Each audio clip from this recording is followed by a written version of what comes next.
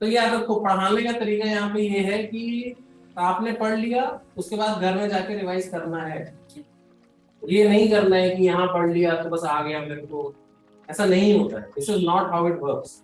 अगर घर जाके यही चीज पूरा दोबारा रिवाइज नहीं करोगे क्वेश्चन लगाने से पहले, तो एज गुड एज की तुम एक लेक्चर सुन रहे थे यूट्यूब पर, उससे ज्यादा कुछ नहीं है। कुछ नहीं याद रहता, और एग्जाम तक तो बिल्कुल ही नहीं याद रहेगा। ठीक है, तो अपने नोट्स, अपना सब कुछ, बस हमारा क्या है, मेरा केवल इतना कंट्रीब्यूशन है कि मैं आपको एकदम बेसिक से बता दूंगा कि चीज होती कैसे। राइट, ऊपर ऊपर से नहीं, जितना जितना डीप जा सकते हैं उतना डीप जाके इसे ग्रेविटी पढ़ेंगे तो वो लगेगा आपको बहुत डीप में पढ़ाया जाए।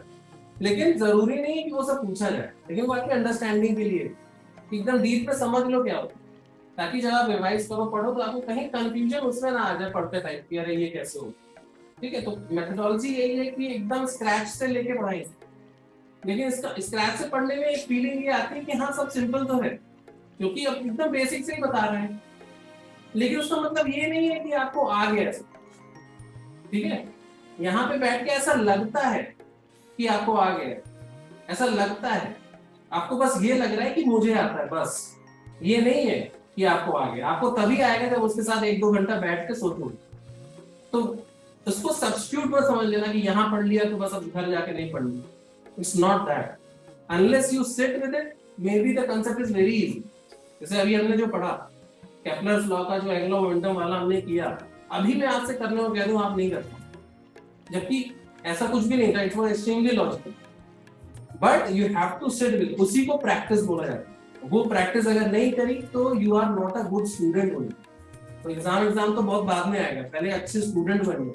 स्टूडेंट का काम है कि घर जाके आप उसको एक बार, चाहे जितना आसान हो, जितना भी आसान हो, you have to do it once more and keep doing it, जब तक हम आपको, जैसे हम डेली आपको दे रहे हैं क्या क्या रिवाइज करना है।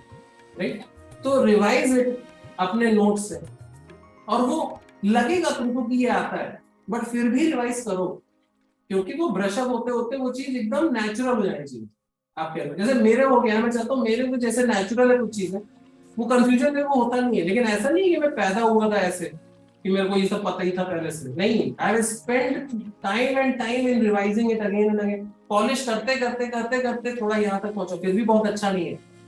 लेकिन इतना है कि मैं आपको समझा के समझा ले जाऊँ। राइट, हो सकता है कि धीरे धीरे और अच्छा हो जाएगा। लेकिन अब मैं ये सोचूं कि मेरे को आता है, अब मेरे को प्रैक्टिस करने की जरूरत नहीं है, तो मेरे से बड़ा बेवकूफ नहीं है कोई। क्योंकि ये भी मैंने नोटिस किया, मैं ऑनेस्टली बताऊं आपको, कि हर साल मैं ये चीज पढ़ रहा हूँ, राइट, लेकिन हर बार मेरे को कुछ नया पता चला। क्योंकि हर बार मैं कोई एक नई बुक में कुछ देख लेता कि इसमें कैसे दिया, उसमें कैसे दिया है। राइट, अब कुछ बुकें हैं वो तो पूरी रिवाइज होंगी, लेकिन मैं फिर भी आने से पहले या 2 दिन पहले आई रिवाइज इट अगेन। मुझे पता है कि नहीं गया पढ़ा पढ़ के तो भी मैं आपको समझा तो दूंगा ही। राइट, लेकिन अपने उसके लिए मेरे को लगता है कि मैं देख लूं कहीं कुछ मिस तो नहीं होता है, क्या कुछ एक्स्ट्रा तो नहीं करता, तो वो जरूरी है। एज ए टीचर मेरे को बहुत पढ़ना पड़ रहा है, तो आपको एज ए स्टूडेंट तो और ज्यादा पढ़ना चाहिए। राइट, तो ये चीज मत मान के चलो कि यहाँ अगर पढ़ लिया तो हो गया। ये हो गया कि आपको सब चीजें इजीली समझ में समझा दी गई, लेकिन वो आपको आ गया है अंदर। एक हिंदी वर्ड होता है आत्मसात। आत्मसात मतलब होता है टू इंटरनलाइज समथिंग। आत्मसात बिना अध्ययन के हो नहीं सकता। अध्ययन मतलब प्रैक्टिस, तो you have to practice unless it internalises. Naturally तुम्हारे अंदर से निकलना चाहिए एंग्लो मोमेंटम वगैरह, कि मतलब कंफ्यूजन नहीं होना चाहिए कि क्या सोचे, कैसे होता है, क्यों ऑर्बिटल वेलोसिटी कहाँ ज्यादा है दूर है, तुम्हें दिखना चाहिए। वो तभी होगा जब आप उसके साथ आवर्स एंड आवर्स उस पर दोगे। और ऐसा नहीं है कि अभी टाइम नहीं बचा, टाइम है। ठीक है, थोड़ा सा मेहनत ज्यादा है। यहाँ पे हमारा काम यही है कि स्क्रैच से पढ़ा तो देंगे, क्वेश्चंस भी दे देंगे, वीकली टेस्ट भी करा देंगे, लेकिन आप अगर उसको हल्के में लेते रहोगे तो फिर कोई मतलब नहीं है, फिर तो हो जाएगा कोर्स खत्म। राइट, लेकिन आप उसको उतनी ही मेहनत ज्यादा करो ना, क्या हो जाएगा, बहुत मेहनत कर लोगे तो रैंक खराब आ जाएगी क्या? नहीं ना, अच्छी ही आएगी। ज्यादा मेहनत तो कर लो, ज्यादा मेहनत लाइफ में एक दो बार ही करनी पड़ती है। राइट, एक बार इतनी मेहनत कर लो कि आप खुद से सरप्राइज हो जाओ कि अरे ये क्या हो गया, इतनी मेहनत तो मैंने कभी नहीं करी।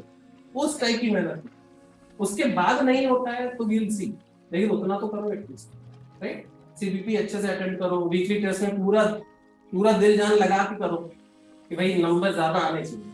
तब इम्प्रूवमेंट पता चलेगा।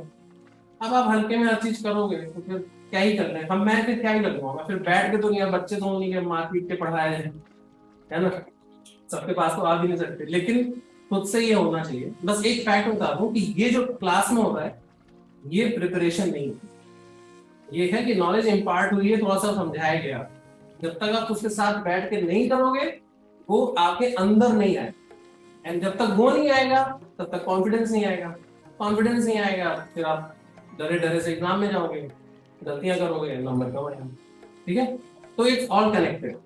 एक चीज सुधार लो, सब एक है, साधे सब सधे, सब साधे समझे, तो एक ही चीज आप कर लीजिए सही, क्या, अच्छे से पढ़ना है, प्रैक्टिस करनी डेली।